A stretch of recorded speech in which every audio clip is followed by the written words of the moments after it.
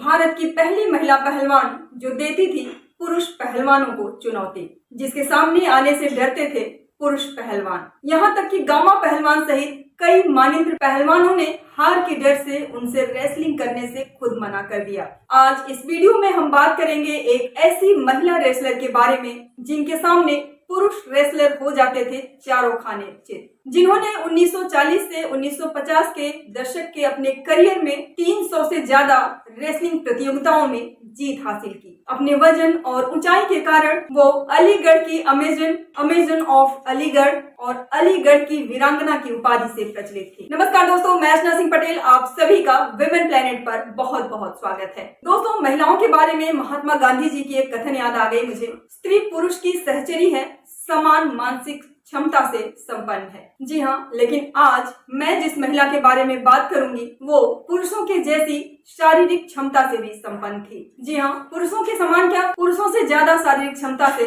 संपन्न थी, क्योंकि आम पुरुष क्या, पहलवान पुरुष भी उनके सामने जाने से थर थर कांपते थे। तो हम बात कर रहे हैं एक महिला रेसलर की जो उस समय रेसलर बनी जब घूंघट प्रथा चरम पर थी, जब महिलाओं को न पढ़ने दिया जाता था, न ही बाहर निकलने दिया जाता था और न ही अपनी मर्जी का कोई काम, वो भी एक मुस्लिम महिला के लिए जो आज भी बुरखे के अंदर रहती हैं। हमीदा बानो के जन्म के बारे में एग्जैक्ट कहना मुश्किल है, लेकिन विकिपीडिया के अनुसार 1920 की दशक के शुरुआत में हमीदा बानो का जन्म उत्तर प्रदेश राज्य के मिर्जापुर जिले में हुआ था। जिस दौर में कुश्ती सिर्फ पुरुषों के लिए सीमित थी, महिलाएं तो अखाड़े में जाने का सोच भी नहीं सकती थी। लेकिन जब हमीदा ने अपने परिवार वालों को कुश्ती में अपनी दिलचस्पी के बारे में बताया तो परिवार वाले खूब खरी खोटी सुनाए। फिर क्या था, हमीदा ने परिवार वालों से बगावत कर अलीगढ़ चली गईं, जहां उन्होंने सलाम पहलवान से कुश्ती के दांव पेच सीखे और धीरे धीरे मुकाबले में भी उतरने लगी। 4 मई 2024 को गूगल ने अपनी वेबसाइट पर भारत की पहली महिला पहलवान हमीदा बानो का डूडल लगाकर उन्हें सम्मान दिया था, क्योंकि 4 मई 1954 को ही हमीदा ने उस समय के स्टार पहलवान और बहुत ही नामी पहलवान जिनका नाम था बाबा पहलवान, उनको हराकर इतिहास रचा था। ये हमीदा की जिंदगी का खास पल था जो उन्हें रातों रात कुश्ती के क्षेत्र में सुपरस्टार बना दिया। 1 मिनट 34 सेकेंड का वो मैच हमीदा को पूरी दुनिया में लोकप्रिय बना दिया। ऐसी महिला शख्सियत बन गई वो कि पुरुष पहलवान भी उनसे कुश्ती लड़ने से डरते थे। और ये मैच बाबा पहलवान का आखिरी मैच था, क्योंकि इस मैच के बाद उन्होंने संन्यास ले लिया। हमीदा का जन्म एक पहलवान परिवार में ही हुआ था और पहलवानी करने का इंस्पिरेशन उन्हें 10 साल की उम्र में अपने पिता नादेर पहलवान से मिला था। और एक दिन ऐसी धाकड़ महिला पहलवान बनी कि सीधे स्टार पहलवान पुरुषों को ही चुनौती देने लगी थी। आपको जानकर हैरानी होगी कि उन्होंने अपनी कुश्ती करियर में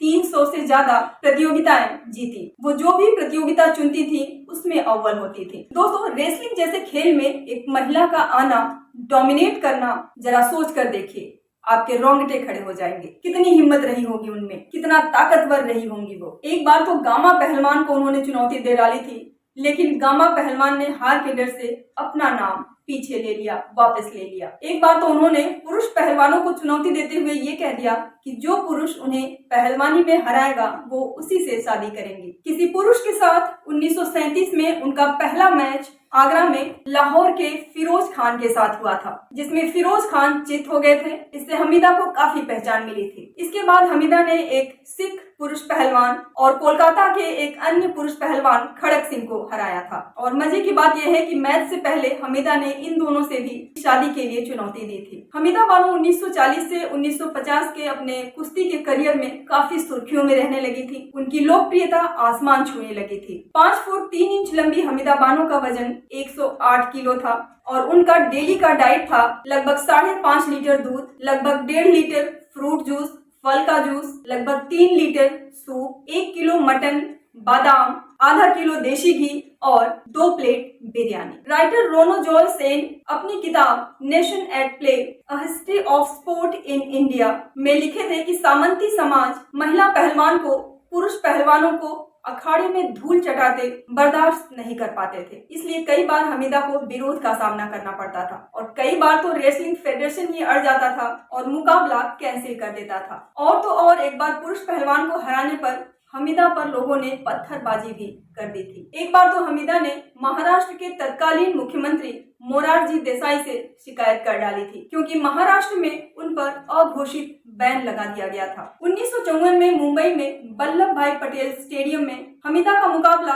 रूस की एक महिला पहलवान वेरा चिस्टिलिन से हुआ था। जी हाँ, जिन्हें रूस की फीमेल बियर कहा जाता था। लेकिन वो हमीदा के सामने 1 मिनट से पहले ही चित हो गई थी, और यही वो समय था जब हमीदा ने भारत से बाहर यूरोप जाकर कुश्ती लड़ने का ऐलान किया था। उनकी निजी जिंदगी के बारे में ज्यादा जानकारी नहीं है, क्योंकि कुश्ती से संन्यास के बाद वो लाइमलाइट से गायब भी हो गई थी। जैसा कि मैंने आपको पहले बताया कि वो चैलेंज कर चुकी थी पुरुष पहलवानों को कि जो उन्हें कुश्ती में हराएगा उसी से वो शादी करेंगी, लेकिन उन्हें कोई भी पुरुष पहलवान पराजित ही नहीं कर पाया था। इसलिए आगे चलकर उन्होंने अपने कोच सलाम पहलवान से ही शादी कर ली थी, जो आगे चलकर हमीदा की बर्बादी का कारण बनी। मेरे साथ बने रहिएगा। आगे हम बात करेंगे कि आसमान को छूने वाली हमीदा की जिंदगी कैसे बर्बाद हुई, कैसे वो लाइमलाइट से बाहर चली गई, गायब हो गई। उनके पति यानी कोच सलाम पहलवान को उनका यूरोप जाकर कुश्ती करना बिल्कुल पसंद नहीं था। उनके पति कोच ने मुंबई के नजदीक कल्याण में एक डेयरी बिजनेस शुरू किया, जिसे दोनों मिलकर चलाते थे।